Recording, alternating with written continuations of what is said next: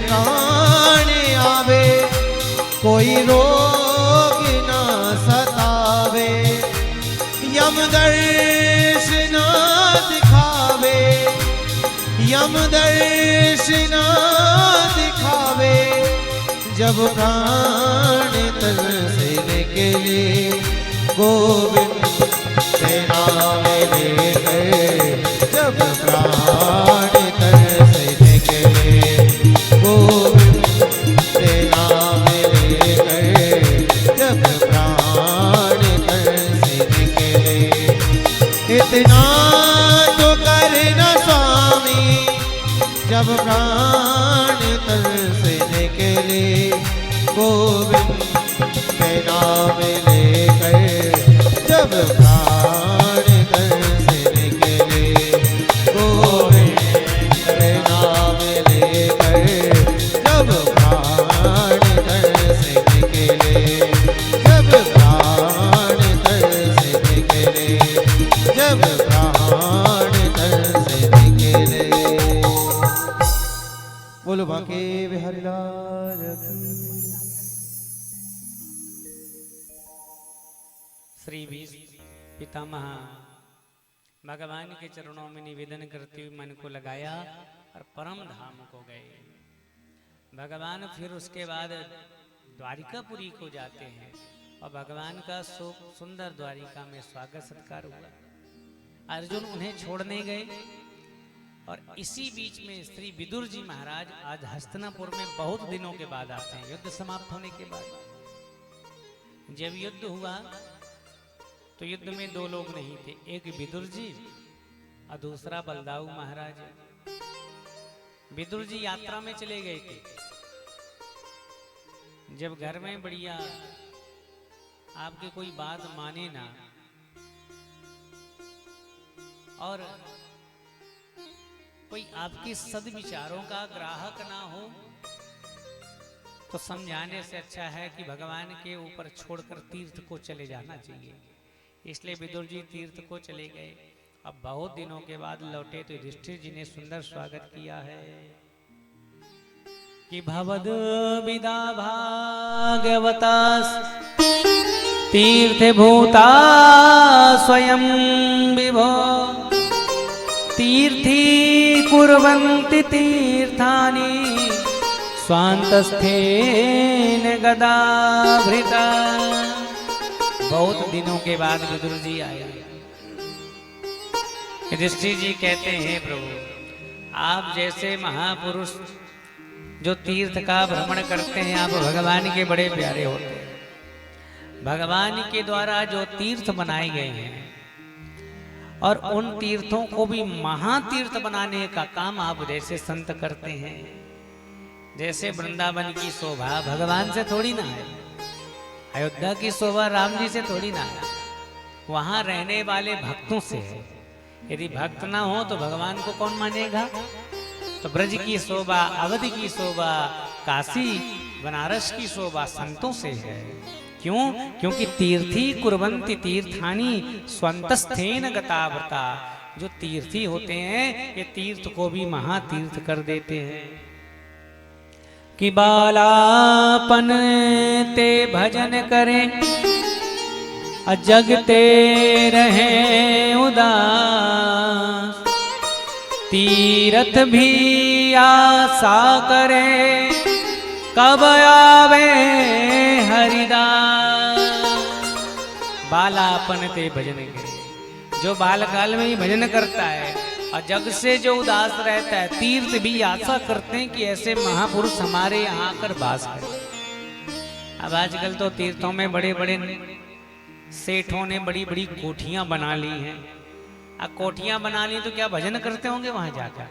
भजन बिल्कुल नहीं करते। व्यापार से थक हार गए तो बढ़िया चैन की बंसी बजाया। अब उनके रहने से तीर्थ की महिमा थोड़ी बढ़ेगी।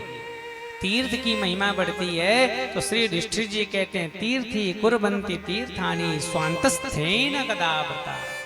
महापुरुषों संतों के कारण ही तो तीर्थ की शोभा है। इसलिए वृंदावन की अवधि की शोभा कोई सोचे भगवान से तो भूल जाए। जब तक संत महात्मा है तभी तो शोभा है। लेकिन आजकल तो नगर के बड़े बड़े सेठों ने अपनी बना ली है और बड़ा भीड़ भाड़ हो गया। सब भौतिक दृष्टि से देखें तो अब वो देखने को मिलता नहीं। तो विदुर जी को प्रणाम किया। विदुर जी रहे, लेकिन क्या देखते हैं, जिन धृतराष्ट्र ने पांडवों को 12 साल का वनवास, 1 साल का अज्ञातवास दिया, जो द्यूत कीड़ा की स्वीकृति देते थे, द्रौपदी के उस अपमान को जिन्होंने सुना है, आज वो पांडवों के घर का अन्न दाना खा रहे हैं। विदुर जी ने कहा धिक्कार है जीवन को। आज एकांत में दुर्योधन को बुलाया और गांधारी को कहा भीमा पवर्जितम पिंडो मादत्ते ग्रह पालवते। आहा, देखो प्राणी को जीवित रहने की कितनी प्रबल इच्छा है। अरे जिस दुर्योधन के तुमने जहर मिलाकर गंगा जी में प्रवाहित कर दिया, आज उसी के टुकड़े पर पल रहे हो। हे राजन, तुम्हें लाज नहीं आ रही है? तुम्हें जब भीम भोजन देते हैं तो कुत्ते के जैसे फेंक कर देते हैं, और तुम्हें लाज नहीं आई? तुम्हें अब भी भगवान की याद नहीं आती है? अब भी वैराग नहीं आता है? अब भी संसार से राग द्वेष है? जिनके लिए जीवन भर तुम कुआं खोदते रहे, गड्ढा खोदते रहे, आज उन्हीं के टुकड़ों में पल रहे हो। ये जब कटु वचन कहे तब धृतराष्ट्र को लगे और वो हिमालय की तरह गए और 7 दिन तक भगवान का भजन इत्यादि किया। अंत तो गत्वा दोनों ने प्राणों को त्याग दिया। बहुत काल तक अर्जुन गए भगवान को द्वारिकापुरी पहुंचाने, लेकिन जब तक दुर्वासा जी का श्राप लग गया और देखते देखते समस्त द्वारिका में यदुवंशी एक दूसरे को मारकर नष्ट होने लगे। अर्जुन किसी तरह वहां से भागे। जब आए तो युधिष्ठिर जी ने देखा कि कच्चे दानर न तत्पुरिया न स्वजना सुख मासते मधुभोजा दसारहारा सात्वतांधक वृष्णये। हे अर्जुन, द्वारिकापुरी में हमारे भाई संबंधु मधु भोज पदार्थ आरह स्वत्वत अंधक वृष्णिमणि यादव सब कुशल से हैं कि नहीं है? और तुम्हारा स्वरूप कैसे लटका हुआ है? अर्जुन धनुष को घसीटते हुए आ रहे थे। अब देखा अर्जुन का सारा तेज चला गया। भगवान गए कि अर्जुन का तेज चला गया। अब युधिष्ठिर जी ने तेज जाने का कारण जानना चाहा कि पराजितो वात भवन्नो तो तमयिना समयपते कच्चित्तम नागमो गम्या गम्यम वासात् कृताम श्रियम। हे अर्जुन, कहीं तुमने किसी अगम स्त्री से समागम तो नहीं किया है? अर्थात किसी स्त्री ने तुम्हारा असत्कार पूर्वक समागम तो नहीं किया? मार्ग में किसी बराबरी वाले से तुम हार तो नहीं गए जो तुम्हारा तेज चला गया है? तो अर्जुन धनुष को पटकते तुरंत रोने लगे कि वंचितो हम महाराज हरिणा बंधुरूपिणा येन मे प्राहतं तेजो देव विस्मापनम। हे महाराज, मेरे ममेरे भाई अथवा अत्यंत घनिष्ठ मित्र का रूप धारण करके श्री कृष्ण ने मुझे ठग लिया है और वह धराधाम को छोड़कर चले गए। हम सब अनाथ हो गए, सब अनाथ हो गए। अब उनका वियोग एक क्षण का भी ऐसा लगता है कि कई युग बीत गए। भगवान के जाने का समाचार सुना कि धराधाम को छोड़कर चले गए। कुंती मैया ने प्राणों को त्याग दिया, पांडवों ने स्वर्गारोहण किया और धीरे धीरे करके सबने प्राणों को त्यागा। अब राजा कौन हो गए हस्तिनापुर के? श्री परीक्षित महाराज, जिनकी गर्भ में भगवान ने 10 महीना तक रक्षा की। अब वह राजा बन गए महाराज। एक दिन की बात है, परीक्षित अपनी प्रजा का हाल चाल जानने के लिए भ्रमण करने लगे। तो क्या देखा कि तथा परीक्षित द्विजवर्य शिक्षया महिमा भागवता ससासः यथा हि सूत्याम अभिजात कोविदा समाधि संवेप्य महद्गुणस्तथा। राजा परीक्षित में बड़े अच्छे गुण थे। पांडवों के महाप्रयाण के पश्चात श्री परीक्षित महाराज पृथ्वी पर शासन करने लगे और ज्योतिषियों ने उनके संबंध में कहा था कि एक दिन इन्हें ब्राह्मण के द्वारा श्राप मिलेगा, तक्षक के द्वारा मृत्यु होगी। ये पहले से ब्राह्मणों ने ज्योतिषाचार्यों ने भविष्यवाणी कर दी। तो एक बार की बात, ये प्रजा का हालचाल जानने के लिए गए और देखा कि एक बैल है जिसके 3 पैर कटे हैं और एक गैया है, आपस में संवाद कर रहे हैं। और एक काला पुरुष है, हाथ में चाबुक लिए दोनों को प्रहार कर रहा है और दोनों ने मल मूत्र का त्याग कर दिया, परंतु उसके हृदय में दया नहीं आ रही है। जो गैया है वो साक्षात धरा देवी है और जो वृषभ है वो साक्षात धर्म के अवतार हैं। वृषभ बैल के 4 पैर होते हैं लेकिन 3 पैर कटे, एक पैर में खड़े हैं। ये 4 पैर कौन कौन से हैं? सत्य, तप, दान और पवित्रता। धर्म के 4 ही चरण तो हैं। जब हम सत्य बोलने का संकल्प लेते हैं, जब हमारे जीवन में तपस्या आती है, जब हम दान का संकल्प लेते हैं, जब जीवन में पवित्रता आती है, तो कहते हैं ये बड़ी धर्मध्वजी हैं, कितना धर्म ही है, क्योंकि 4 चरण हैं। अब ध्यान दीजिए, क्या हमारे जीवन में सत्य है? नहीं है महाराज, दिन भर झूठ बोलते हैं। तपस्या बोले वह भी समाप्त हो गई और पवित्रता इसका तो कोई नाम ना ले। आज के समय में पवित्रता बिल्कुल नहीं रह गई। पवित्रता का स्थान आजकल स्वच्छता ने ले लिया है। खूब स्वच्छ हो जाएं तो स्वच्छता को ही लोगों ने पवित्रता मान लिया है। बोले बढ़िया कपड़े धवल पहने हैं, श्वेत वर्ण के पहने हैं, बढ़िया कपड़े हैं, बढ़िया घर है, तो बोले बड़े पवित्र हैं। ये स्वच्छ है, पवित्र थोड़ी ना। तो वर्णन किया कि कलयुग के कारण 3 चरण कट गए हैं, केवल एक चरण है दान। दान के ही पग में वृषभ देव खड़े हैं और वृषभ देव ने पृथ्वी को देखा तो सोचती हैं, कहते हैं हरि कल्याणी तुम कुशल तो हो ना, तुम्हारा कुछ मुख मलिन हो रहा है, ऐसा लगता है तुम्हारे हृदय में बड़ा दुख है।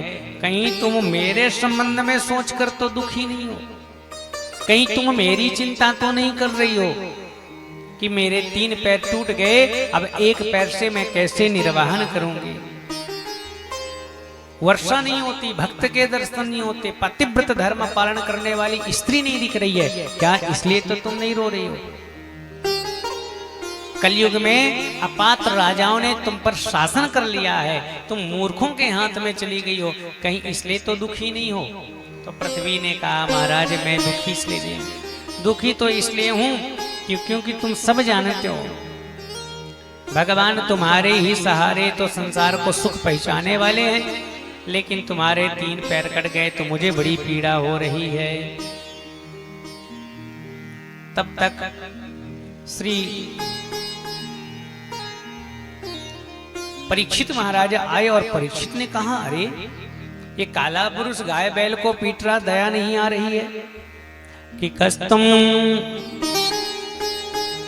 कस्तम मच्छरणे लोके बलाध्यंसा बलान बली नरदेवो शिवेसेनो नटवट कर्मणा दुजा। देखो ये काला पुरुष कैसे गाय बैल को मार रहा है, यह ठीक नहीं है। और तुरंत पहुंच गए, अरे मूर्ख तुम्हें पता नहीं कि पांडवों का यह बीज अभी जीवित है। मां सौरभे यान सुचो व्यतुते वृषलाद भयम, तुम्हें किंचित मात्र भी भय नहीं है। हे धेनुपुत्र वृषभ आप शोक मत करिए, आप निर्भय हो जाओ, मैं दुष्टों को दंड देने वाला हूं, आप रोए नहीं, आपका कल्याण हो। और दुष्ट को मारने के लिए दौड़े तो दुष्ट ने देखा ये राजा तो मेरा काम तमाम ही कर देगा, तो भागा। और यहाँ परीक्षित पूछते हैं कि आपको ये कष्ट देने वाला कौन है, एक बार नाम तो बताइए। लेकिन धर्म की बड़ी मर्यादा है। धर्म देवता ने कहा मैं कहां तक कहूं महाराज, मैं कहां तक कहूं, ये मेरे जो दुख का कारण है ये मेरे कर्म ही हो सकते हैं। को न काहु सुख दुख कर दाता, निज कृत कर्म भोग सब भ्राता। चाहते तो धर्म और के रूप में बैल तुरंत कह देते ये काला पुरुष मुझे मार रहा है, लेकिन धर्म में बड़ी मर्यादा है कि धर्मम ब्रवीषि धर्मज्ञ धर्मोसी वृक रूप धृक यद धर्म कृता स्थानम सूचकस्यापि तद भवे। आप जिस प्रकार से आचरण कर रहे हैं जान पड़ रहा है कि आप धर्म के अवतार हैं। जो धर्मी पुरुष होता है वह कभी भूल कर भी अधर्मी की चर्चा नहीं करता है। ध्यान दीजिए, अधर्मी की चर्चा जो करता है उसे भी पाप लगता है। यहाँ कहते हैं परीक्षित महाराज, अधर्म करने वाले को जो नरक की प्राप्ति होती है वही उसकी चुगली करने वाले की भी होती है। इसलिए जो अधर्म करे उसे तो नरक मिलता है, लेकिन उसकी जो चर्चा करे तो उसको भी वही अपराध मिलता है। चेत सो वचसश्चापि भूतानाम इति सोचया अथवा देव माया नूनम गति गोचरा। यही तो शास्त्र कहते हैं। परम धर्म श्रुति विदित अहिंसा, परम धर्म विदित अहिंसा, पर निंदा सम अघ्नगरीसा, पर निंदा सम अघ्नगरीसा। परम धर्म श्रुति विदित अहिंसा, परम धर्म श्रुति विदित अहिंसा, पर निंदा सम अघ्नगरीसा। पर निंदा पर अघ्नगरीसा। परम धर्म श्रुति विदित अहिंसा, पर निंदा सम अघ्नगरीसा। इसलिए धर्मी लोग उन अधर्म करने वालों को भी चुगली नहीं करते हैं। एक राजा साहब थे और उनके यहाँ एक याचक भिक्षा मांगने के लिए गए।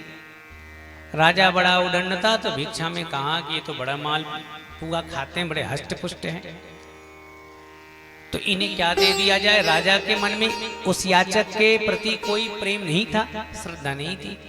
तो घोड़े की लीद पड़ी थी, घोड़े का मल पड़ा था, उसी को लिया और याचक के झोली में डाल दिया। याचक ने उस मल को लिया, अब ले गए महाराज, और नदी गोदावरी नदी के किनारे बढ़िया उसे करके और अपना उस वस्त्र को साफ कर लिया। कुछ काल के बाद देखा तो जो वो घोड़े का मल लीद था वो एक विशाल पहाड़ के रूप में बढ़ गया। राजा भ्रमण करते हुए गए और उस घोड़े की लीद का पहाड़ देखा तो बोले इतना मल घोड़े का, ये आया कहां से। तब पता चला कि महाराज आपने जो ब्राह्मण याचक को दान किया था उसने यहाँ फेंका। अब वो यहाँ इतना विशाल आकार वाला हो गया। क्यों? जो देते हैं वो 2 गुना बढ़ता है, 4 गुना बढ़ता है। और किसी ने कहा महाराज ये मल आपका दिया हुआ, ये दान आपका है, तो इसका भोग भी आपको ही भोगना पड़ेगा, आपको ही इसे खाना पड़ेगा, क्योंकि आपने दिया, जो बोया वो खाएंगे। राजा घबरा गए, हो हमसे तो बड़ा अपराध हो गया, इस अपराध से का समन कैसे हो। तो उन्होंने किसी ने कहा आपकी कोई निंदा करने लगे, बुराई करने लगे तो ये पाप आपका कम हो जाए और वो भी आपके पाप में भागीदारी बन जाए। तो राजा की निंदा कौन करे। तो राजा ने एक चाल चली।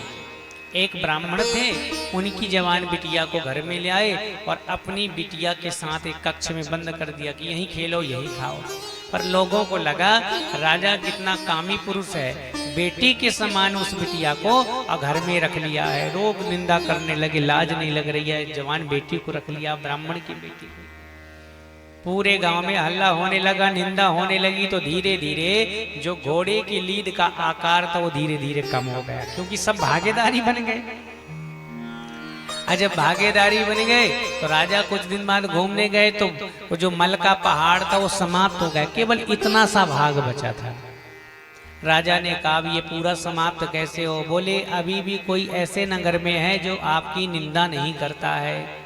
सबने निंदा की तो सबने थोड़ा थोड़ा बांट लिया आपका पाप, लेकिन कोई एक ऐसी है जो निंदा कभी नहीं किया उनने।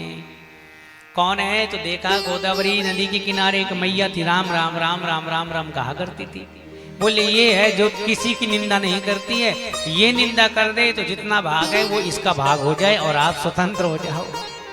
राजा ने कहा ठीक है। राजा ने भेष बदला और मैया के पास गए। अरे मैया, तुम भगवान के नाम में लगी रहती हो, तुम्हें पता भी होना चाहिए कि इस नगर का राजा कितना अधर्मी है, कितना अन्यायी है, कितना कामी है। अरे उसने एक ब्राह्मण की बिटिया को रख लिया, तुम्हें इसके बारे में कुछ नहीं कहना। राजा सोचते ऐसा कहूंगा तो निंदा करेगी तो भाग इसको मिल जाएगा। लेकिन उसने जीवन में आज तक कभी निंदा नहीं की। और राजा जब कपट रूप में गया तो उस मैया ने कहा देखो, निंदा कभी किसी की चुगली ना करने का फल। जान गई कि कपट भेष में कोई और नहीं राजा है।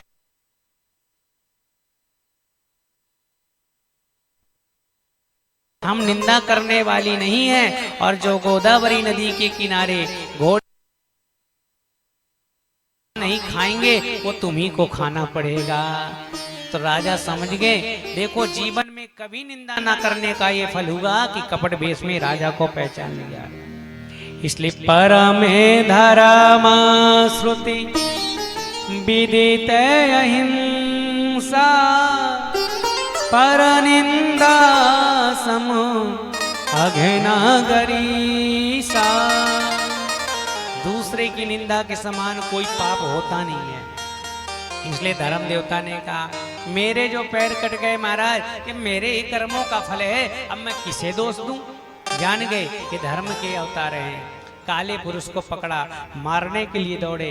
और जब मारने के लिए दौड़े तो कलयुग ने कहा अब मैं क्या करूं? तुरंत उनके शरण में आ गया, उनके पैर को पकड़ लिया। और जब पैर को पकड़ लिया तो दया आ गई। शरणागत कहूं जे तजही हित अनिहित अनुमान, ते नर पावर पाप में तिन ही बिलोकता। अब शरणागत को ले गए तो उन्होंने शरणागत धर्म को निभाया, मारा नहीं, लेकिन कहा कि तुम एक काम करो, तुम यहाँ से कहीं और चले जाओ, यहाँ रहने के लिए कहीं तुम्हारे लिए जगह नहीं है। इसलिए हम कहते हैं कि निवर्तितव्यम भवता कथंचना क्षेत्रे मदीये तो अधर्म बंधु। हे कलयुग, तुम अधर्म के भाई हो और तुम्हारे लिए कोई जगह नहीं, इसलिए तुम कहीं अन्यत्र चले जाओ। ये कलयुग किसका भाई है? अधर्म का। इसलिए जो अधर्म का जितना शांत करेगा ना वो उतना ही बढ़ेगा, क्योंकि कलयुग के भाई का शांत करेगा तो भाई भाई का सहयोग करता है। इसलिए जो कलिकाल में अधर्मी है वो खूब फल फूल रहे हैं और धर्मी दुख पा रहा है। कहा यहाँ नहीं रह सकते, तो उस कलिकाल ने कहा कहाँ जाएं? जहां जहां जाते हैं आपका ही राज्य है। इसलिए यत्र क्वचन वस्यामी सार्वभौम तबा गया। आपकी आज्ञा से जहां भी रहने का विचार करूं वहीं देखता हूं कि धनुष चढ़ाए आप खड़े हैं। आप मुझे बताइए मैं कहाँ रहूं? तो उन्होंने कहा ठीक है, रहना है तो बताओ, गुण है कि अवगुण बहुत है, दोष बहुत है। तो दोष हैं तो तुम 4 जगह में रहने लगो। कि अभ्यर्थितस्तदा तस्मै स्थानानि कलये ददौ द्योतं पानं श्रिया सूना यत्रा धर्म चतुर्विधा। जहां जुए का खेल हो, जुए के खेल में क्या होगा? झूठ बोलना पड़ेगा, कपट होगा, वहां तुम्हारा वास होगा। और मदिरा पान, जहां मदिरा पान होगा वहां अभिमान होगा, मद होगा, तो मद में तुम्हारा वास हो। जब जीवन में हमारे मद आ जाता है तो मानो कलयुग भी उसमें बैठकर आ गया है। जब हमारे जीवन में द्यूत कीड़ा, जुआ, झूठ कपट आ जाए तो मानो कलयुग आ गया है। ये झूठ कपट ही कलयुग का रूप है, मद ही कलयुग का रूप है। और तीसरा स्थान, जब जीवन में ऐसी कामना आए जो आपको गर्त में ले जाए तो मानो यह भी कलयुग का ही वास है। जहां बेविचारणी स्त्रियां रहें वहां तुम्हारा वास होगा। हिंसा हिंसा जहां निर्दयता हो वहां तुम्हारा वास रहेगा। झूठ कपट मद काम वासना और निर्दयता ये 4 जगह कलयुग का वास है। कलयुग ने कहा महाराज ये 4 जगह आपने दी लेकिन कोई बढ़िया जगह दे दो कि पुनश्च याचमानाय जाते रूप मदात् प्रभो ततो निदम मदम कामम रजो वैरम च पंचमा। अचानक मुंह से निकलाया कि जाओ स्वर्ण में तुम्हारा वास हो, जो सोना होगा उसमें आज से कलयुग का वास होगा। ओहो अब कलयुग ने प्रसन्न हो गए। अब कुछ काल की बात है। कलयुग कहते हैं कि ना राजा शराब पीता है, ना राजा जुआ खेलता है, ना राजा हिंसा करता है और ना ही राजा किसी प्रकार की वेश्या का साथ करता है। तो मुझे आक्रमण कैसे करने को मिले। एक दिन की बात हुई और परीक्षित महाराज घोड़े पर सवार होकर शिकार करने के लिए गए और जब शिकार करने के लिए गए तो उसी समय कलयुग को वह समय मिल गया। भूख प्यासे थे, स्वर्ण का मुकुट पहन के रखा था और कलयुग उनके पीछे पीछे भ्रमण कर रहा था कि जैसे ही असावधानी करेंगे इनके ऊपर मैं चढ़ बैठूंगा। अभी तक नहीं बैठे थे। अब चूंकि लोग कहते हैं कि कलयुग उनकी मुकुट में सवार हो गया तो भगवान की कथा में भागवत कथा में लिखा नहीं, कलयुग पीछे पीछे भ्रमण कर रहा है कि एकेदा धनुरुद्यम्य कि विचरन् मृगयां बने मृगानुगतः श्रांत क्षुधिस्तास्त्रिषितो भृशं। दोपहर काल की बेला थी, भूख प्यास से छटपटा रहे थे और जब भूख प्यास से छटपटाए तो कहाँ भोजन मिले, कहाँ पानी मिले, तो पहुंच गए समीक ऋषि के आश्रम में। समीक की समाधि लगाए हुए थे, भगवान का भजन कर रहे थे।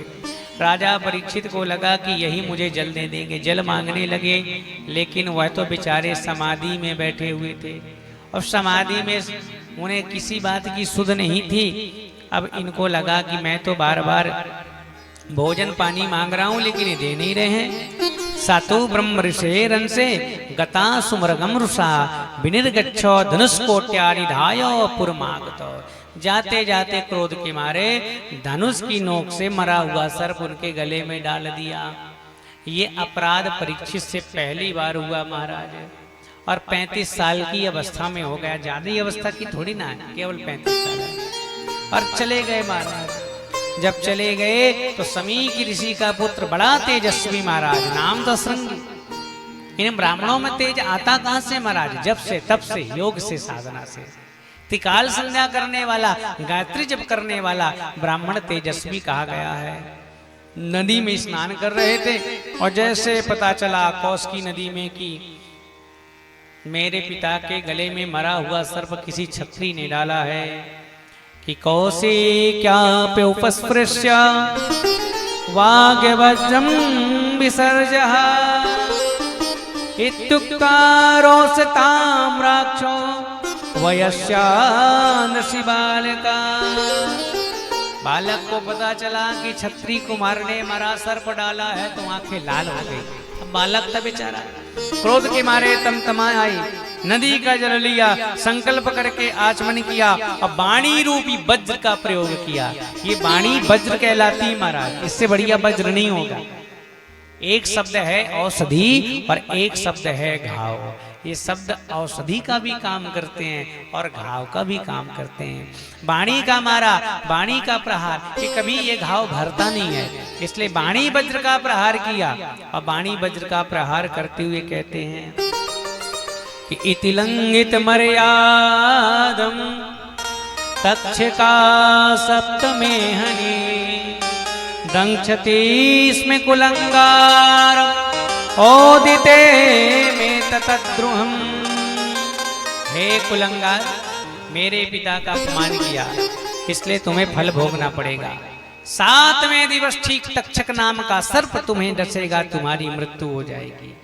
इतना कहकर आए, पिता को चरणों में गिर गए और कहा, पिताजी मैंने उन्हें श्राप दे के उनको दंड दे दिया है।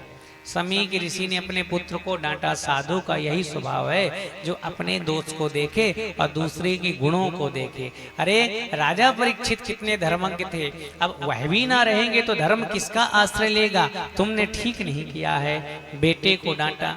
तब तक राजा परीक्षित को पता चल गया कि निश्चित ही मुझसे अपराध हुआ है। और जब अपराध होने का कारण पता चला तो बड़े प्रसन्न हुए।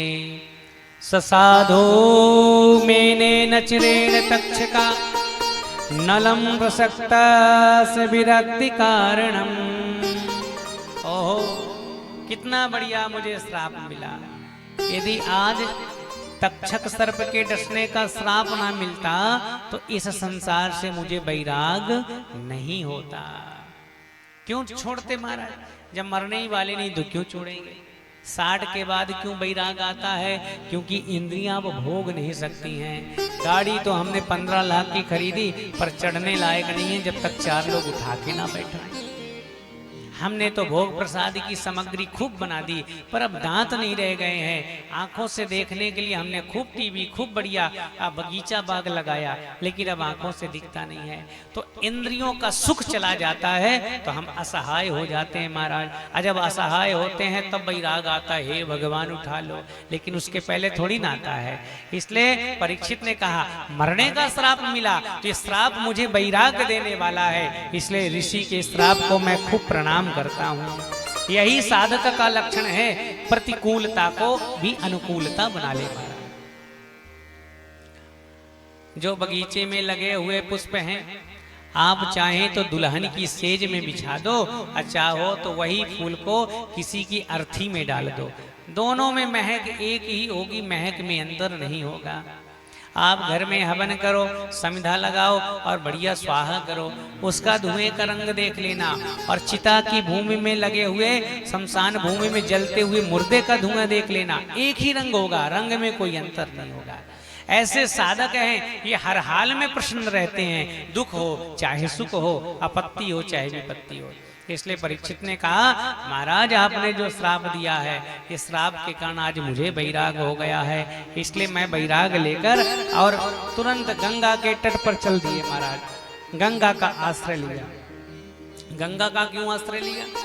क्योंकि जब मृत्यु निकट हो तो गंगा जल मुख में हो, तुलसी दल मुख में, यही तो होना चाहिए कि नहीं? तो बोले भगवान कोई उपाय बता देंगे तो बढ़िया है अकाल मृत्यु से बचने का।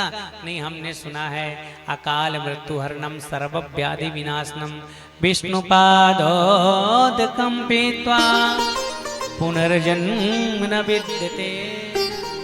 भगवान के चरणोदक को पी लेने से अकाल मृत्यु नहीं होती है। तो आप बताइए भगवान का चरणोदक क्या है? अरे भैया, गंगा जी ही तो भगवान के चरणों से निकली, और इनका एक नाम है विष्णुपदी, इसलिए इससे बढ़िया चरणोदक नहीं मिलेगा। तो चलो भगवान का चरणोदक पालेंगे और अकाल मृत्यु हट जाएगी। पहुंच गए महाराज। तभी तक अनेक ऋषि महात्मा पहुंच गए परीक्षित के मृत्यु का समन करने के लिए कि अहो वयम धन्य तमान पाना महात्मानो ग्रहणीय शीला। कहा परीक्षित ने, अहो समस्त राजाओं में हम कितने धन्य हैं। यद्यपि क्षत्रिय कभी भगवत धर्म का सहभागी नहीं होता है, उस इतनी जल्दी सरलता से, क्योंकि क्षत्रिय राजा, और राजा में बड़ा अभिमान, और अभिमान जहां है वहां संतों का संग मिलता नहीं। लेकिन बड़ी कृपा करके आप सबने मुझे दर्शन दिया है। तस्सैव मेघस्य परावरेशो। उन्होंने कहते हैं मैं राजा हूं और देह की आसक्ति के कारण मैं भी पाप रूप हो गया हूं। भगवान ही मानव ब्राह्मण के रूप में मुझे श्राप दे दिया है, इसलिए साप से संसार से पुरुष भयभीत होकर विरक्त हो जाया करते हैं। मैं भी विरक्त होकर बैठा हूं। अनेक महात्मा ऋषि आए, पूछा कि जल्दी मरने वाला है व्यक्ति तो क्या करना चाहिए, लेकिन किसी के समझ में नहीं आता है। वैद्य वह है जो रोगी को देखकर और मर्ज जान ले और दवा बता दे, लेकिन कोई जान ही नहीं पाया। देखो भगवान जब परीक्षित गर्भ में थे तो 10 महीना भगवान उनके गर्भ में रहे, उनकी रक्षा की। चाहते तो आज भी आकर कृपा कर देते और ब्राह्मण का श्राप झूठा हो जाता। कर सकते थे कि नहीं, लेकिन आए नहीं, क्योंकि परीक्षित का संहार होना है, निर्वाण पद को जाना है, और संहार करना भगवान शंकर का काम है। और शंकर कौन? गुरुम शंकर रूपिणम, गुरु ही शंकर है, शंकर ही गुरु है। इसलिए सुखदेव भगवान ही, मानो शंकर भगवान ही सुखदेव जी के रूप में आए उनको ज्ञान देने के लिए। अब श्री सुखदेव भगवान का आगमन हो रहा है कि तत्रा भवद भगवान व्यास पुत्रो यद्रेच्छया गामट मानोनपेक्षा अलक्षलिंगो निज लाभ तुष्टो व्रताश्च बालै अवधूत वेशा। अवधूत का वेश धारण करके श्री सुखदेव भगवान आए हैं। तत्रा भवद भगवान व्यास पुत्रो, स्वयं वेद व्यास जी के पुत्र बनकर आए, और गामट मानोनपेक्षा, जिनको किसी से अपेक्षा नहीं है, उनका अलक्षलिंग है और अपने ही लाभ में संतुष्ट रहने वाले हैं। तम दुष्ट वर्षा सुकुमार पादो करोरु बाहुवा सकपोल गात्रम, हैं तो 16 साल के, लेकिन वेद व्यास जी कहते हैं तम दुष्ट वर्षा, 2 अष्ट वर्षा मतलब 8 दूना 16 साल के। तो सीधे 16 साल नहीं कहा, 2 अष्ट वर्षा अर्थात 8 साल का जैसे बालक अबोध होता है, उसमें ना काम क्रोध लोभ मोह होता है, लेकिन 16 साल की दहलीज में जाए तो उसमें कोई ना कोई विकार आ जाया करते हैं। तो अवस्था 16 साल की है, लेकिन निर्मलता ठीक वैसी है जैसे 8 साल का बालक हो। इसलिए कह दिया तम द्वष्ट वर्षा सुकुमार पादो। श्री सुखदेव भगवान गुरु के रूप में विराजमान हुए महाराज, और परीक्षित जी उनके चरणों में बैठ गए। अब परीक्षित जी निवेदन करते हैं, यहो अद्य वयं ब्रह्मण ससेव्या छत्रबन्धवा कृपया तिथि रूपेण भवद्भिस्तिथि का कृता। आज हम बड़े भागी हो गए, छत्री होने पर भी हमें संत समागम का अधिकारी समझा गया है। इसका मतलब यही तो है कि क्षत्रियों को संत समागम का अधिकारी नहीं माना जाता, क्योंकि क्षत्रिय राजधर्म को निभाते हैं, और राजा महाराजा कथा सुने जाएंगे तो व्यवधान ही होगा, वहां सहायक थोड़ी ना बनते हैं। अब कोई यहीं विधायक आ जाए तो उसकी स्वागत में लग जाएंगे कि नहीं, आइए विधायक जी, सुंदर सोफा देंगे, कोई पानी लेके दौड़ेगा, तो भैया कथा का अपमान भी हो गया। इसलिए राजा महाराजा कथा के अधिकारी नहीं माने गए हैं, सरल व्यक्ति ही, साधारण व्यक्ति ही कथा का अधिकारी माना गया। तो प्रभु, हम क्षत्रिय होने पर भी हमें संत का समागम नहीं मिलता, लेकिन आप हमारे घर में आए और तीर्थ के तुल्य इस घर को पवित्र बना दिया। हे प्रभु, हमने सुना है संत का कोई दर्शन कर ले, स्पर्श स्मरण कर ले तो उसका घर पवित्र हो जाता है, लेकिन आपका हम स्पर्श भी कर रहे हैं, पाद प्रक्षालन भी कर रहे हैं और आपका दर्शन भी कर रहे हैं। हमें तो तीनों लाभ आपसे मिल रहे हैं महाराज। इसलिए हम आपसे पूछना चाहते हैं कि अन्यथा ते व्यक्तगते दर्शनम ना कथम अन्यथा ते अव्यक्त गते दर्शनम ना कथम नृणाम नितरम म्रियमाणानां संसिद्ध्यस्य मनीयसे। यदि भगवान श्री कृष्ण की कृपा ना होती तो आप सदी के वनवासी अव्यक्त गति परम सिद्ध पुरुष स्वयं पधार कर मृत्यु के समय हम जैसे प्राकृत मनुष्यों को दर्शन नहीं देते। ये भगवान की कृपा ही है, भगवान की कृपा ही है जो आपके मुझे दर्शन हो गए महाराज। संते विशोध मिलाई परते ही, संते विशोध मिलहि परते ही, राम कृपा करी चितवाहि जे। राम कृपा करे चितवाहि जे। संत विशोध मिलाई पार ते ही संत विशुद्ध मिलहि पर तेहि राम कृपा करी चित बाहि जे राम कृपा चितवाहि जेहि। श्री परीक्षित जी यही कह रहे हैं कि नित्य राम प्रियमाणानां संसिद्धस्या बनीयसा अन्यथा ते व्यक्तगतिर दर्शनम न कथम नृणाम। भगवान की कृपा ही तो है जिसके कारण आपका सानिध्य हमें मिला है। बिनु हरि कृपा मिला ही नहीं संता, ये भगवान की कृपा ही है। तो फिर कहते हैं कि यथा पृच्छामि संसिद्धिं योगिनां परमं गुरुं पुरुषस्य हयत कार्यं म्रियमाणस्य सर्वथा। हे प्रभु, बस एक ही निवेदन है, जो जल्दी मरने वाला व्यक्ति है भला उसे क्या करना चाहिए, आप केवल इतना ही कह दीजिए, म्रियमाणस्य सर्वथा। गोसाई जी कहते हैं तुलसी इस संसार को देखो नैन पसार, 7 बार में 3 कम मंगल बुध एतबार। 7 दिन होते हैं और 7 दिन में भी 3 दिन नहीं है, अब मंगल बुध एतबार 7 बार में 3 कम मंगल बुध एतबार। इसका तात्पर्य क्या? 7 दिन में 7 दिन का अब दर्शन नहीं होता है, मंगलिक कार्य नहीं दिखते हैं, ज्ञान नहीं दिखता है, और इतवार का तात्पर्य भरोसा भी जीवन में नहीं दिखता है। तो भैया यह तो घोर कलिकाल है जहाँ 7 दिन में 3 दिन भी कम गए।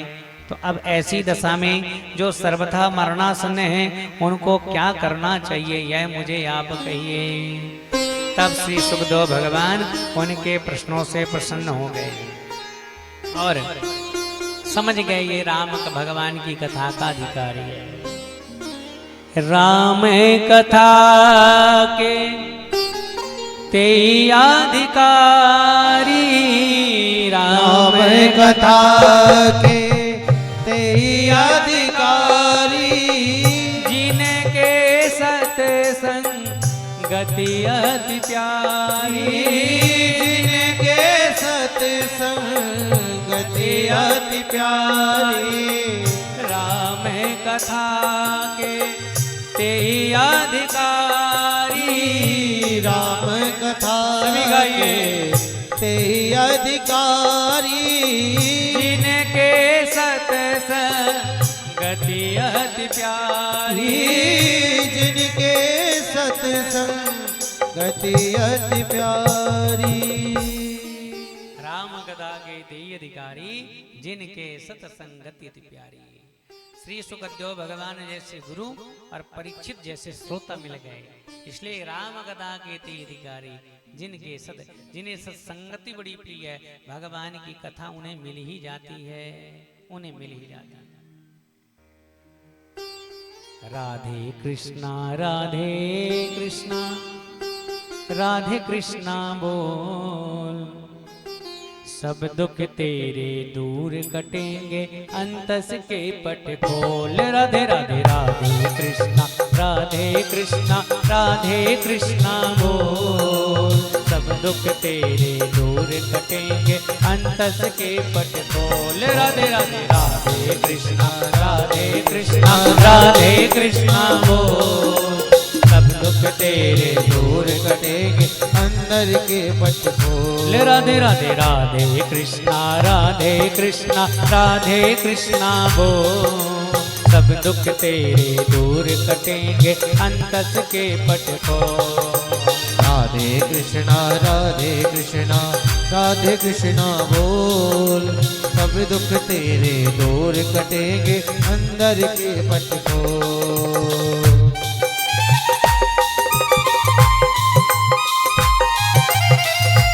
जय हो।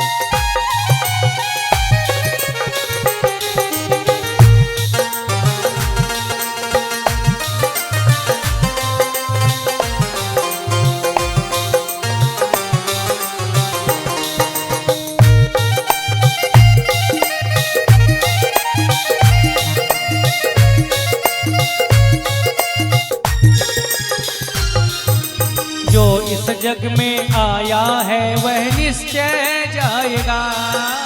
जो इस जग में आया है वो निश्चय जाएगा।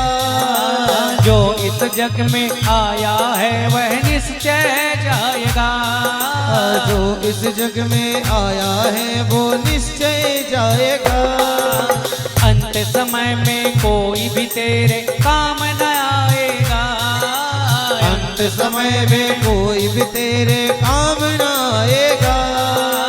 अंत समय में कोई भी तेरे काम न आएगा। अंत समय में कोई भी तेरे काम न आएगा। झूठे जग से नाता खो, झूठे जग से नाता खो, राधे कृष्णा बोल। सब दुख तेरे दूर कटेंगे अंतस के। दोनों हाथ ऊपर करके बोलेंगे राधे कृष्णा राधे कृष्णा राधे कृष्णा बोल। सब दुख तेरे दूर करेंगे अंदर के पट खोल। राधे राधे राधे कृष्णा राधे कृष्णा राधे कृष्ण बोल। सब दुख तेरे दूर कटेंगे अंदर के पट खोल। राधे राधे राधे कृष्णा राधे कृष्णा राधे कृष्णा बोल। सब दुख तेरे दूर कटेंगे अंदर के पट खोल। सब दुख तेरे दूर करेंगे अंदर के पट खोल। सब दुख तेरे दूर करे अंदर के पट खोल। श्री भक्त वत्सल भगवान की। श्री सुखदेव भगवान ने परीक्षित के उन प्रश्नों को हृदयंगम करते हुए, और परीक्षित जिसे कहते हैं कि बरीयाने से ते प्रश्ना कृतो लोके हितं नृपा आत्मविसम्मता पुंसां श्रोतव्यादिषु यः परः। आपका यह प्रश्न बड़ा ही उत्तम है और आपने जगत के कल्याण के लिए पूछा है। इसलिए हे परीक्षित, अब ध्यान देकर तुम इस कथा को सुनो।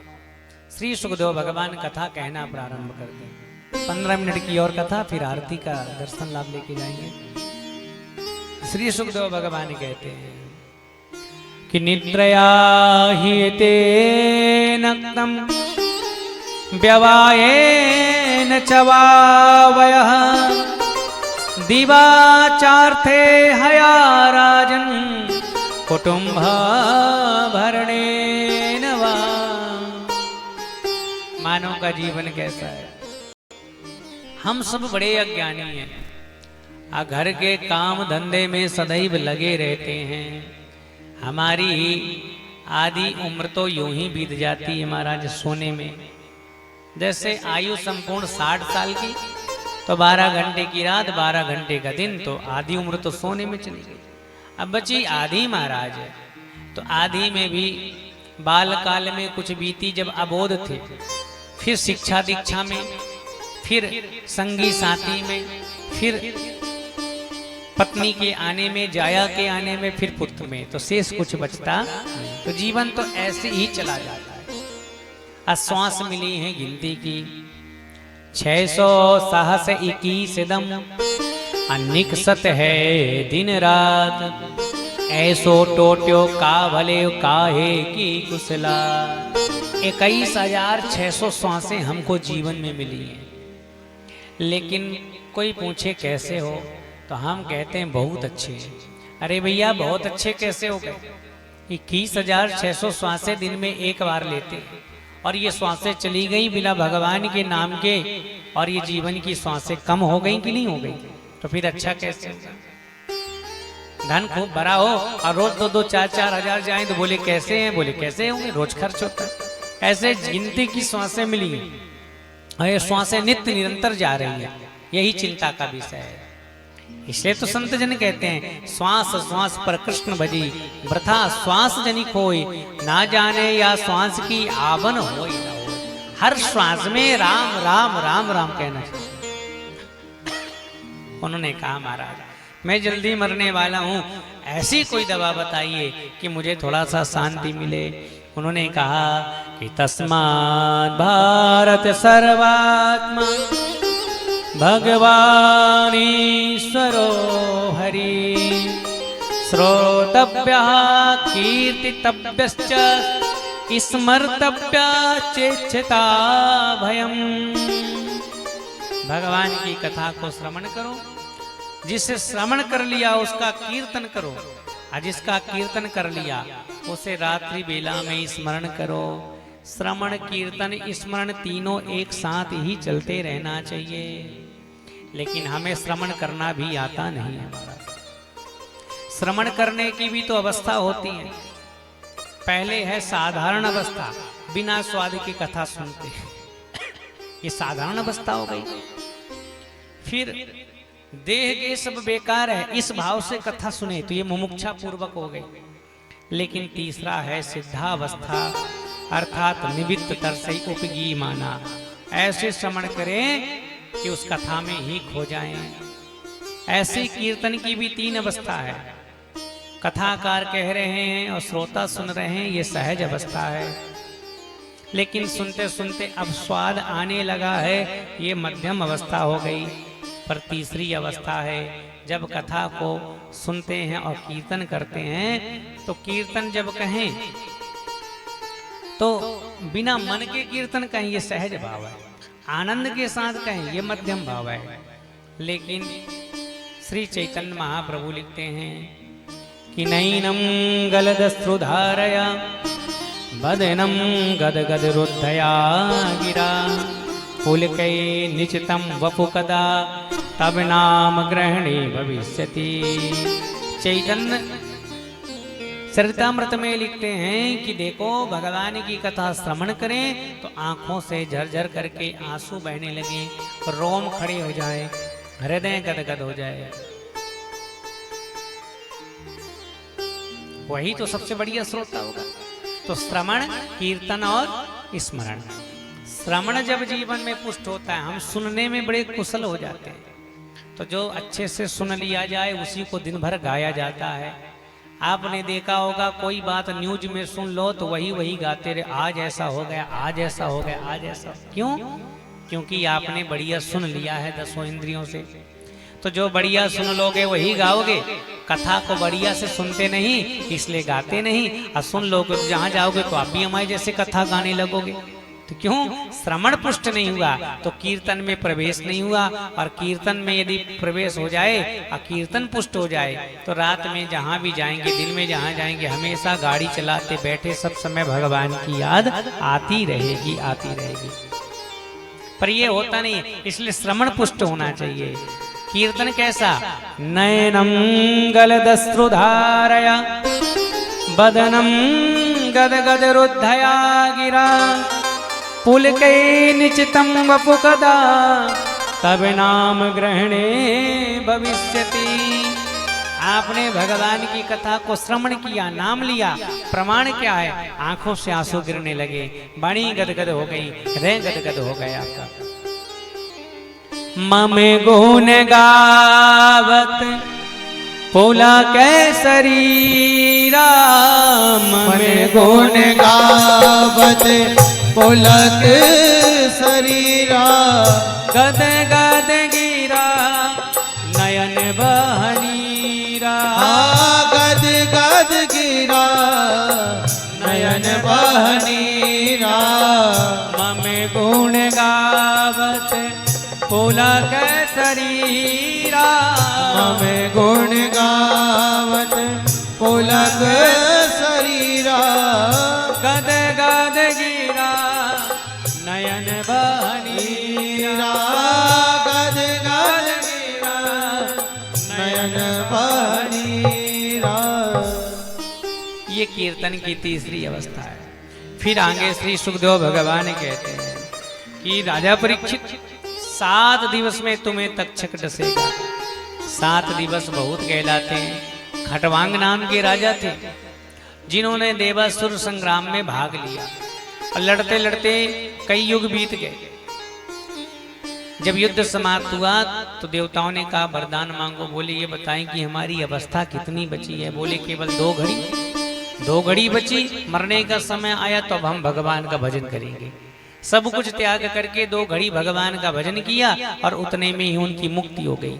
तो जब खटवांग नाम का राजा 2 घड़ी में मुक्ति पा सकते हैं, तो हे परीक्षित आपके पास तो 7 दिन हैं, इसीलिए आपको बढ़िया भगवान की कथा श्रवण करना चाहिए। तो परीक्षित ने कहा तो यह भी तो बता दीजिए कि किसकी साधना करें, किसका ध्यान करें और किस प्रकार से मनुष्य का मैल मिट जाता है, वो साधन हमें कहिए। तब उन्होंने कहा जितासनो जित श्वासो जित संगो जितेन्द्रिया स्थूले भगवते रूपे मना संधारये दिया। राजा परीक्षित, भगवान की भक्ति के मार्ग में प्रवेश करना है तो पहले अपना आसन जीतना चाहिए। 4-4 घंटे का आसन में बैठ जाना चाहिए। 5-5 घंटे बैठोगे तब तो भजन होगा ना, चलते फिरते थोड़ी होगा महाराज। इसलिए आसन को जीतना चाहिए। जित श्वासो, फिर श्वास को जीतना चाहिए, फिर संग को जीतना चाहिए। बिगड़े जन्म अनेक की सुधरे अभी आज, होय राम को राम भजी तुलसी तज कुसुमाय। गोसाई जी से कहते हैं अभी कल्याण हो जाएगा, अभी ही एकदम हो जाएगा। तो बोले कैसे? बोले होय राम को राम का हो जाओ। बोले हो गए। बोले राम को भजो। बोले भज रहे हैं, अभी भी कल्याण नहीं हो रहा। क्यों? क्योंकि राम का हो गए हो, राम को भज रहे हो, लेकिन कुसमाज का त्याग तो किया नहीं महाराज। समाज का भी तो त्याग करना पड़ेगा। सदगुरु वैद वचन विश्वासा, संयम यह न विषय के आशा। आप सदगुरु वचनों को विश्वास करें, पर संयम भी तो करना पड़ेगा महाराज। मलेरिया हो गई, ठंडी देकर बुखार आ रही है तो डॉक्टर ने बढ़िया सूजी दवाई दे दिया, लेकिन यह भी तो कहा कि खटाई मत खाना, चावल मत खाना, ठंडे पानी से नहाना नहीं, तो जल्दी ठीक हो जाओगे। और दवाई भी खा रहे हो, चावल भी खा रहे हो, नींबू का अचार, तो कभी ठीक होगे क्या? तो संयम भी तो बहुत आवश्यक है। इसलिए कहा कि जितासनो जिस संगो जितेंद्रिया, संग को जीतो महाराज। अब हम यहाँ कथा 4 घंटे कहें आप सुने और फिर जाके दुष्ट लोगों का शांत कर लें, ताश की गड्डी खेलने लगे निकाल के महाराज, जुए में भाग ले लें, शराबी के यहाँ बैठे, तो कथा फिर कुछ कर नहीं पाएगी। क्योंकि कथा की शर्त यही है कि तुलसी तज कुसमाज का भी त्याग करना चाहिए। फिर उसके बाद स्थूले भगवते रूपा मना संधारये दिया। भगवान के यहाँ सूक्ष्म और स्थूल रूप के दर्शन बताए गए हैं। फिर आगे चल के परीक्षित महाराज ने निवेदन किया है कि हे प्रभु, कृपा करके भगवान की मंगलमयी कथा आप हमें कृपा करके कहिए। तो उन्होंने यहाँ भगवान की कथा कहने के पूर्व उन समस्त देवताओं को बताया है जिन देवताओं की उपासना करने से जो जो कामना है वो कामना पूर्ण होती है। परीक्षित के से कहा कि हे परीक्षित, ब्रह्म वर्चस कामस्तु यजेतो ब्रह्मणस्पतिम। जो चाहता है संसार में मुझे लक्ष्मी खूब मिल जाए तो वही माया देवी की उपासना करनी चाहिए। अग्नि की, जिसे लक्ष्मी चाहिए वह माया देवी की उपासना करे महाराज। जो चाहता है कि उसके जीवन में खूब तेज बना रहे तो अग्नि भगवान की उपासना उसे करना चाहिए। जो चाहता है कि मुझे स्वर्ग मिल जाए, स्वर्ग की कामना है तो अदिति के पुत्र देवताओं की स्तुति खूब करना चाहिए। जो चाहता है कि मुझे हष्टपुष्ट हो, मैं बढ़िया कोई रोग ना हो, तो अश्विनी कुमार की उपासना करनी चाहिए। जो चाहता है कि मेरी संसार में प्रतिष्ठा बनी रहे तो ब्रह्मा की उपासना करनी चाहिए। तो अलग अलग देवताओं की अलग अलग। जो चाहता है वैवाहिक जीवन सुखमय बना रहे तो भगवान शिव पार्वती की उपासना करे। लेकिन जो कुछ नहीं चाहता उसके लिए कौन सी उपासना करनी चाहिए? तो सुखदेव भगवान कहते हैं अकामा सर्व कामो वा मोक्ष काम उदारधी तीव्रेण भक्ति योगेन यजे पुरुषं परम। यदि मन में बड़ी कामना है, या ये कहें कि कोई कामना है ही नहीं, या कि ये कह दें जो मोक्ष चाहता है, जिसकी अनंत कामना है, या जिसकी कोई कामना नहीं, या जो मोक्ष को चाहता है वो केवल भगवान के चरणों का आश्रय ले ले। तीव्रेण भक्ति योगेनो यजेतो पुरुषं परा। पुरुषोत्तम भगवान की उसे आराधना करनी चाहिए। ऐसे शास्त्रों ने सुंदर वचन कहे हैं महाराज। फिर आगे कहते हैं, देखो सूत जी महाराज ने जब सौनकादियों को यह प्रसंग सुनाया तो सौनकादि बड़े चतुर थे। सौनकादि ने कहा, देखो कि आयुर्हरति भई पुंसा व्युदन्नस्तम चयन्नसौ तस्यर्थे यक्षणो नीतो उत्तम श्लोक वर्तया। हे प्रभु, श्री कृष्ण भगवान की जो सुंदर कथा को सुनते हैं, श्रवण में जिनका दिन व्यतीत हो रहा है, उन्हीं का वास्तव में माना चाहिए कि वही वायु है, वही उनका दिन, वही समय उनका सार्थक माना गया है। और जो भगवान की कथा इत्यादि नहीं सुनते हैं, उनकी तुलना 4 जानवरों से की गई है महाराज। कि स्वबिड बरो होष्ट खरई संसुता पुरुष पशु नयत कर्ण पथोपे तो जातो नाम गताग्रज। जानवरों में इन 4 जानवरों को बड़ा निकृष्ट माना गया है। सबसे पहले स्वबिड बरो हो, स्व मतलब कुत्ता, कुत्ते को सबसे निकृष्ट माना गया है।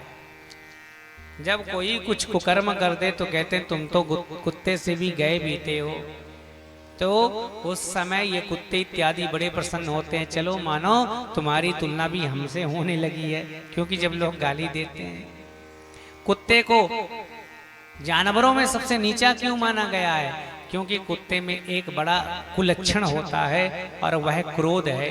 वह नाहक ही क्रोध करता है। रात्रिकालीन बेला में निकल जाओ, जो जो कुत्ते मिलेंगे बिना भौंके नहीं रहेंगे, जबरदस्ती भौंकेंगे। अकारण क्रोध करता है, गाड़ी लेकर निकल जाओ, अकारण ही भौंकने लगते हैं। इसलिए जो भगवान की कथा को सुनते नहीं, श्रवण नहीं करते हैं, मानो वह कुत्ते के समान है महाराज। उनका जीवन कुत्ते से भी गया बीता है। फिर स्वबड बरो होष्ट खरई संसुता पुरुषा पशु। बिडबरा, बिडबरा मतलब सोकर। सोकर कभी चिंता नहीं करता है कि क्या खाना है कि क्या पीना, जो मिल गया भक्षा भक्ष खा लिया। ऐसे ही उन मानव को भी कहते हैं कि तुम तो सोकर से भी गए बीते हो, क्या खाना है क्या पीना इसकी बिना चिंता किए, बिना भगवान के भजन के ही सारा तुम्हारा जीवन चला गया है। तो तुम तो सोकर के समान हो, उससे भी गए गुजरे हो। तब उस समय सोकर भी बड़ा प्रसन्न होता है, चलो ये हमारे कैटेगरी के हो गए और इन्हें भी सुंदर हमारे नाम से गाली दी जा रही है। स्वबिड बराव होष्ट खरई और संत। फिर उसके बाद तीसरा है, कहते हैं कि ऊंट। ऊंट को बड़ा अहंकार होता है, चलता है तो लगता है कि संसार में सबसे ऊंचा वही है। आपने कहावत सुनी होगी कि अब आया ऊंट पहाड़ के नीचे। जब पहाड़ के नीचे आता है तभी उसका अभिमान विगलित होता है। ऐसे जिन्हें धन का अभिमान है वह ऊंट के समान चलते हैं, उनका भी जीवन उस ऊंट से गया गुजरा है जिन्होंने जीवन में भगवान का भजन नहीं किया है। और चौथा है गधा। गधा अत्यंत कामी होता है, प्रातः काल उठकर और गधी के पीछे पूंछे उठाए भागते जाता है, भागते जाता है, उसी में जीवन व्यतीत कर देता है। इसलिए वह गधा कहता है मनुष्य को, तुम तो हमसे भी गए गुजरे हो भैया, तुम भी काम वासनाओं के पीछे भागते जाते हो, भागते जाते हो।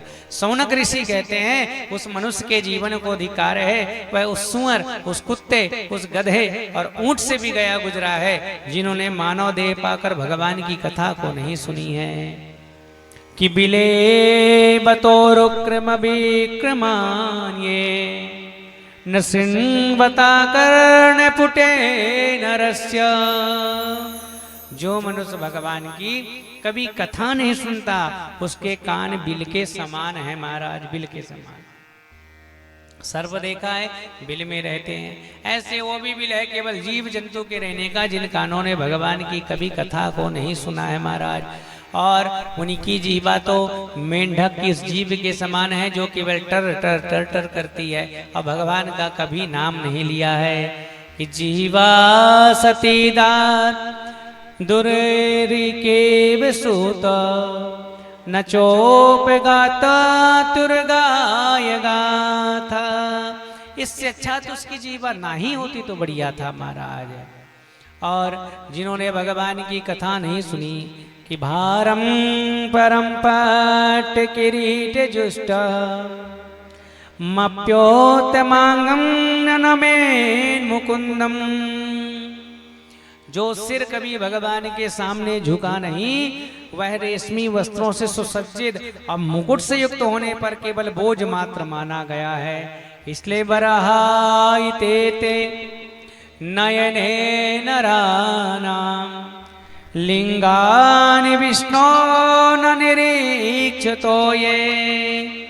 यदि आपकी आंखें भगवान की याद दिलाने वाली और भगवान की स्मृति कराने वाली कथा को सुनकर और रोती नहीं है, भगवान को देखने के लिए आंखें तरसती नहीं है, तो ये कैसे हैं? जैसे मोर की में आकृति बनी रहती मोर के पंख में, केवल दिखावटी मात्र के लिए भगवान ने लगा दिया, और जब इन आंखों से कभी हमने साधु संत के दर्शन नहीं किए। हमारी आयु बिना भगवान के भजन के चली जा रही है यदि, तो वो आयु की गणना नहीं होनी चाहिए। राम जी जब ब्याह करके जनकपुर से आए, अब मैया कौशल्या से कहा, मैया मैंने कुछ उपहार तुम्हें दिया नहीं, मैं कुछ उपहार तुम्हें नहीं दे पा रहा, इसलिए चाहो तो तुम कुछ उपहार मांग लो। तो कौशल्या मैया ने कहा, हे प्रभु आप हमें कुछ उपहार देना चाहते हैं तो हमें उपहार दे दीजिए। कितना बढ़िया उपहार मांगा कौशल्या मैया ने। कौशल्या मैया कहती है, जे दिन गाए तुम ही बीनु देखे, जे दिन गए तुम ही बिन देखे, ते बिरंची जनी पारा ही लेखे, ते बिरंची जनी पारा ही लेखे। जे दिन गाए तुम ही बिन देखे, जे दिन गए तुम ही बिन देखे, ते बिरंची जनी पारा ही लेखे, ते बिरंची जनी पारा ही लेखे। कौशल्या मैया कहती हैं, जे दिन गए, आप जनकपुर में थे और इन आंखों ने आपको उतने दिन तक देखा नहीं जितने दिन तक आप जनकपुर में थे। तो हमारी आयु तो चली गई ना, लेकिन आपको बिना देखे चली गई। तो आप केवल यही उपहार दीजिए कि ब्रह्मा जी से कह दीजिएगा, हमारी जितनी आयु है और जितनी आयु के जितने महीने साल भर हमने आपको नहीं देखा, वो हमारी आयु की गणना में ना जोड़े, वो फिर से हमें लौटा दे, क्योंकि आपको बिना देखे हमारी इतनी आयु इतने महीने चले गए। ते बिरंची जनि पारहि लेखे, जे दिन गए तुम ही बीनु देखे। शौनक ने इस प्रकार से कहा और कहा कि हे प्रभु, अब हमें भगवान की मंगलमयी कथा को कहिए। किस प्रकार से सुखदेव भगवान ने परीक्षित जी महाराज को कथा कही है, तो कल हम इस कथा को श्रवण करेंगे। द्वितीय स्कंद की चतुर्थ श्लोकी भागवत कथा का भावार्थ श्रवण करेंगे और तृतीय स्कंद में श्री विदुर जी का परम पावन संवाद और कपिल देवहूति संवाद, चतुर्थ स्कंद में सती के परम पावन चरित्र को स्मरण करते हुए ध्रुव जी के परम पावन चरित्र, और संभव होगा तो पंचम स्कंद की भरत जड़ भरत की कथा में कल की कथा विश्राम होगी। तो आइए एक मधुर भाव के साथ कथा को विराम दे, फिर सब लोग आरती और प्रसाद लेके अपने घर घर को जाएंगे। बोली भक्तवत्सल भगवान की जय। अरे हर जन्म में सावरे का साथ चाहिए,